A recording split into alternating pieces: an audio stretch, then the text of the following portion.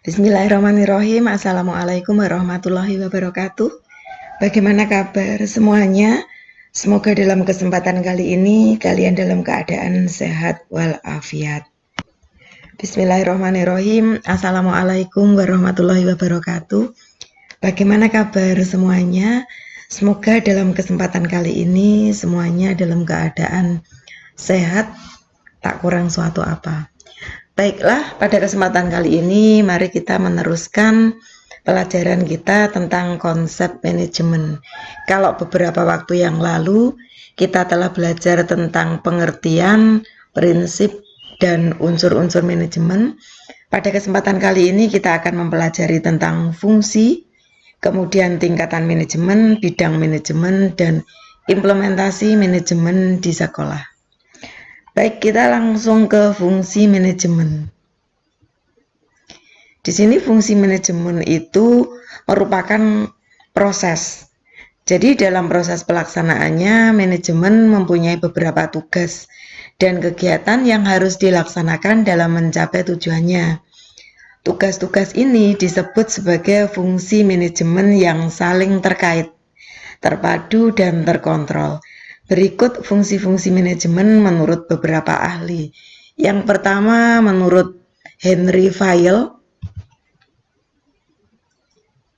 manajemen itu disingkat POC3 yang terdiri atas planning, organizing, commanding, coordinating, dan controlling.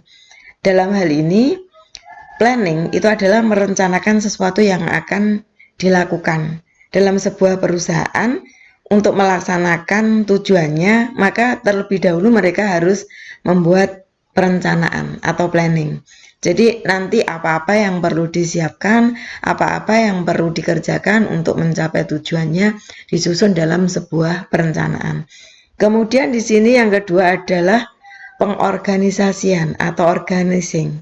Nah, di sini nanti setelah direncanakan, kemudian kita menyusun organisasi apa yang sekiranya nanti dapat membantu tercapainya tujuan dari perusahaan. Yang ketiga adalah pemberian komando atau pemberian perintah. Perintah ini diharapkan satu arah sehingga tidak terjadi kesimpang siuran dalam pelaksanaan perencanaan. Yang keempat ada pengkoordinasian atau koordinasi. Lah, di sini nanti koordinasi itu nanti perlu dilakukan antara bidang organisasi yang satu dengan bidang koordinasi yang lain. Ini nanti harus dilaksanakan karena dengan adanya koordinasi yang baik itu nanti akan cepat dalam mewujudkan tujuan perusahaan. Kemudian yang terakhir ada pengawasan atau controlling. Dalam pelaksanaan perencanaan, di situ nanti perlu adanya pengawasan yang baik. Dengan adanya pengawasan yang baik, ketika dalam pelaksanaan perencanaan itu terjadi sesuatu yang tidak diinginkan, misalnya tidak sesuai dengan perencanaan, maka fungsi pengawasan ini nanti mutlak diperlukan. Dari pihak pengawas nanti akan mengingatkan ketika ada hal yang kurang berkenan atau tidak sesuai dengan perencanaan. Kemudian berikutnya menurut Harold Cons and Carol O'Donnell. Di sini manajemen adalah disingkat sebagai POSDC. Ada planning, tadi sudah dijelaskan, kemudian ada organizing, ada staffing. Nah, di sini staffing atau penempatan tenaga kerja, diharapkan penempatan tenaga kerja ini nanti sesuai dengan bidangnya atau istilahnya the right man in the right place. Mereka ditempatkan sesuai dengan backgroundnya dan keahliannya masing-masing. Terus pemberian pengarahan atau directing. Kemudian yang terakhir ada pengawasan atau controlling. Yang ketiga, menurut Luther, disingkat sebagai POSDCRB. Nah, di sini manajemen itu diartikan sebagai planning, organizing, staffing, kemudian directing, coordinating, dan di sini ada reporting atau penyampaian laporan. Penyampaian laporan ini nanti isinya adalah semacam pembuatan laporan mulai dari perencanaan sampai pengorganisasian, bahkan sampai yang terakhir itu nanti ada evaluasi. Semua tertulis, semua tertata dan dilaporkan dalam bentuk report. Kemudian yang terakhir di sini ada budgeting atau penyusunan anggaran belanja. Nah, di sini di perusahaan itu sebelum pelaksanaan dari planning itu biasanya ada semacam budgeting atau penyusunan anggaran belanja. Nah, dalam pelaksanaannya setiap biaya yang dikeluarkan itu harus sesuai dengan anggaran yang telah direncanakan dalam penyusunan anggaran belanja. Selanjutnya di sini ada Josh Terry. Menurut Josh Terry, ini yang paling terkenal ya, manajemen itu merupakan planning, organizing, actuating, dan controlling yang disingkat sebagai POAC. Nah, di sini terdiri atas perencanaan, pengorganisasian, penggeraan atau actuating. Penggeraan ini sama dengan pelaksanaan dari perencanaan. Kemudian yang terakhir adalah controlling atau pengawasan. Selanjutnya ada William Newman. Ini sama, disingkat sebagai POAC, namun rinciannya beda. Ada planning, organizing, dan di sini ada assembling resources, pengolahan sumber daya alam. Dan yang terakhir adalah controlling. Kita lanjut ke Sondang. Menurut Sondang, manajemen itu disingkat sebagai POMCE. Planning, Organizing, Motivating, Controlling, dan Evaluating. Yang ketiga di sini ada motivating. Motivating itu isinya sebuah motivasi atau support kepada pelaksana dari perencanaan itu nanti sehingga tujuan benar-benar tercapai. Dan ketika mereka melakukan atau melaksanakan perencanaan itu dilaksanakan dengan semangat dan sesuai dengan apa yang telah direncanakan. Terus yang keempat controlling, yang kelima ada evaluating atau evaluasi. Dan menurut Profesor Dr. Winardi, sarjana ekonomi, planning itu disingkat POCLCC. Planning, Organizing, Coordinating, Leading, Communication, dan Controlling.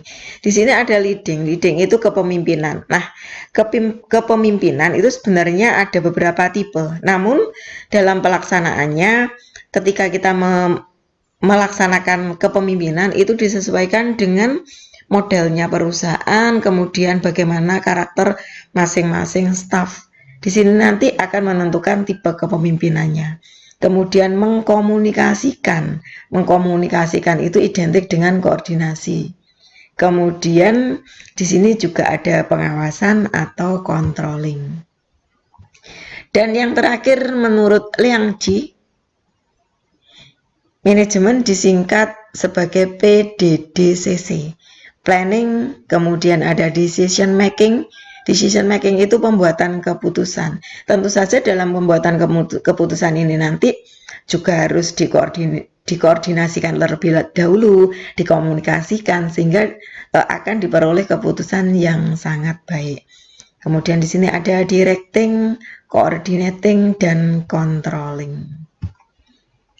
Kita kemudian lanjut ke tingkatan manajemen.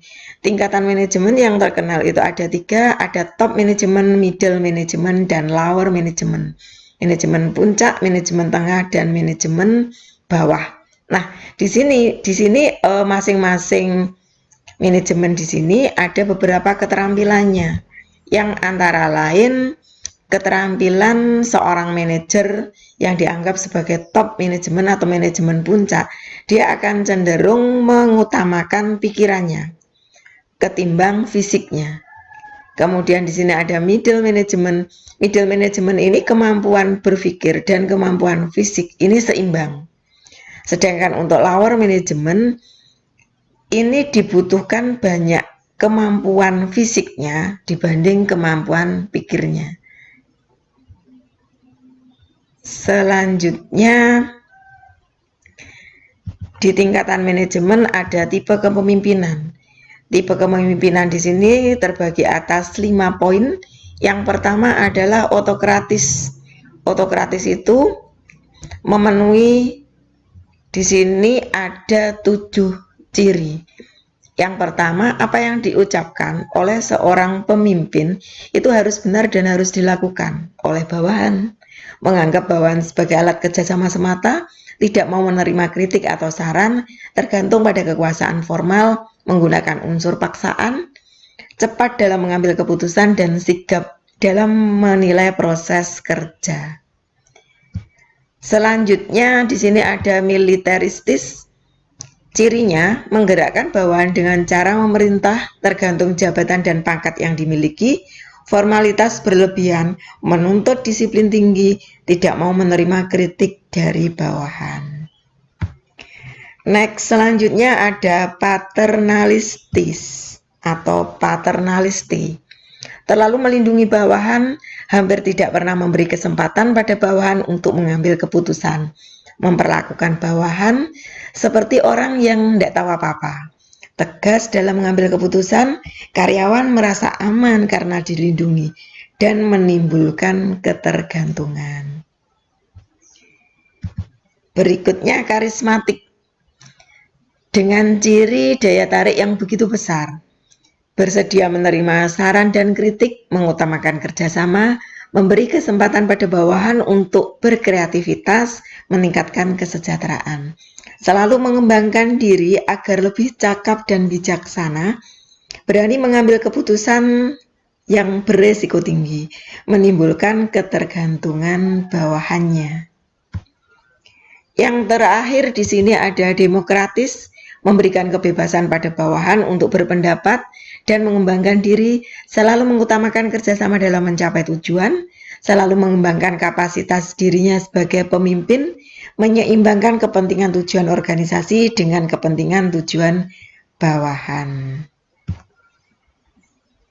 Selanjutnya di sini ada bidang-bidang manajemen, ada manajemen produksi. Manajemen produksi